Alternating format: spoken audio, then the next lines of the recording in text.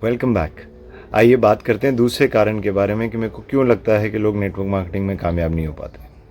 एक बच्चा जब बॉर्न होता है ना, उससे उसी समय से बता दिया जाता है, उसे अपब्रिंगिंग के अंदर उसके डाल दिया जाता है कि तुझे पहले स्कूल जाना है, उसके बाद तूने अपने कॉलेज पूरा करना है, और उसके बाद तेरी जॉब लगनी है, और उस जॉब के अंदर तूने बहुत मेहनत करनी है, इंक्रीमेंट्स लेने हैं, फिर तेरी शादी करा देंगे, तेरे बच्चे हो जाएंगे, और वो बच्चे भी आगे जाके यही करेंगे।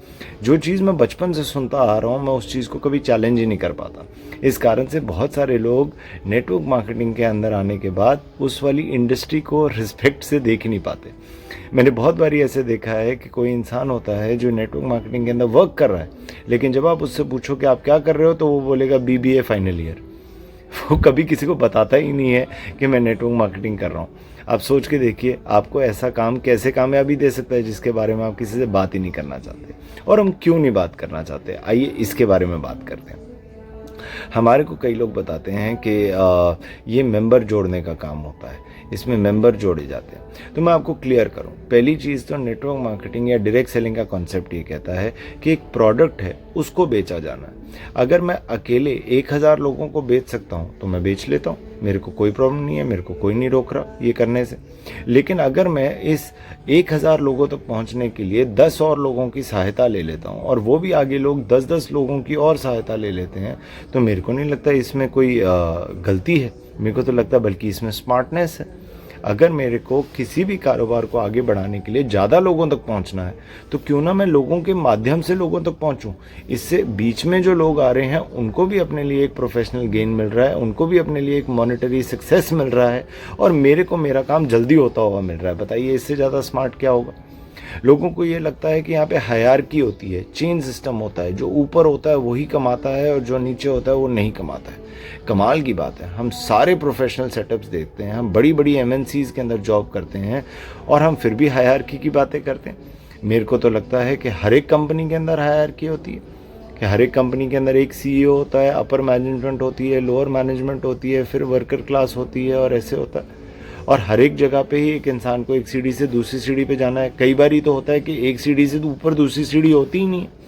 लेकिन ये एक ऐसी इंडस्ट्री है जो कहती है कि आपका पोटेंशियल होना चाहिए, आप अपने सीनियर से ज़्यादा कमा सकते हो। तो बताइए किस बात की हायरार्की है यहाँ पे, ठीक है ना। कई लोग कहते हैं इन वाले कामों के अंदर इन्वेस्टमेंट डालनी पड़ती है।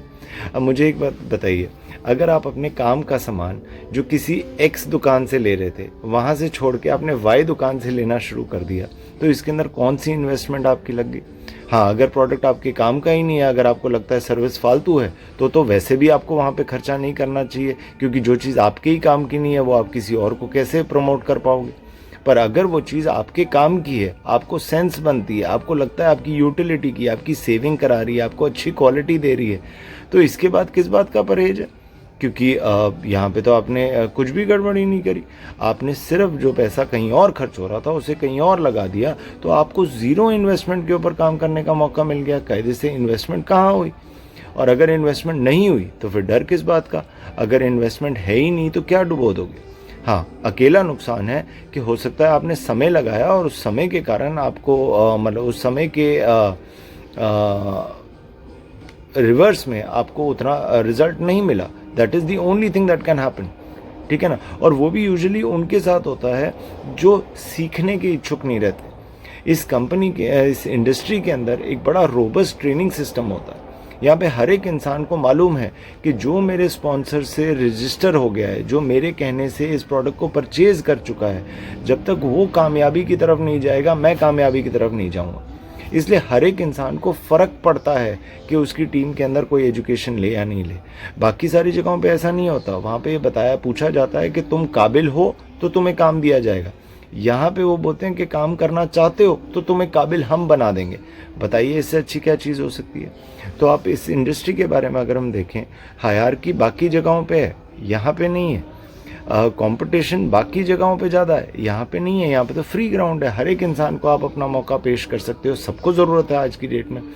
यहाँ पे आपको जो इनकम मिल रही है वो वाइट मिलती है, आप जितनी पेमेंट करते हो वो वाइट में करते हो, आप पूरा का पूरा टैक्स सरकार को जमा करते हो। इनफैक्ट मैं तो चैलेंज करके कह सकता हूँ कि आप और बिजनेसेस खोज के मेरे को बताइए जिसके अंदर पूरे के पूरे आमदन के ऊपर टैक्स दिया जा रहा हो। यहाँ पे 100% के ऊपर टैक्स पे किया जा रहा है।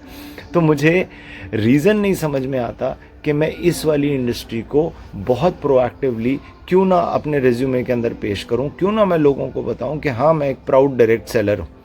और जब हमारे अंदर से ये वाली आवाज़ आने लग जाती है कि जो मैं कर रहा हूँ वो जेन्युइनली सही है, मैं टैक्स पे कर रहा हूँ, मैं लोगों की मदद कर रहा हूँ, मैं कितने सारे लोगों को एम्प्लॉयमेंट जनरेट करने का मौका दे रहा हूँ, मैं कंसर्न्ड हूँ कि मेरी टीम के अंदर कोई जुड़ गया, उसको नहीं आता है, मैं उसकी मदद करूँ उसको आगे ले जाने के लिए, इससे ज़्यादा नोबल काम क्या हो सकता है।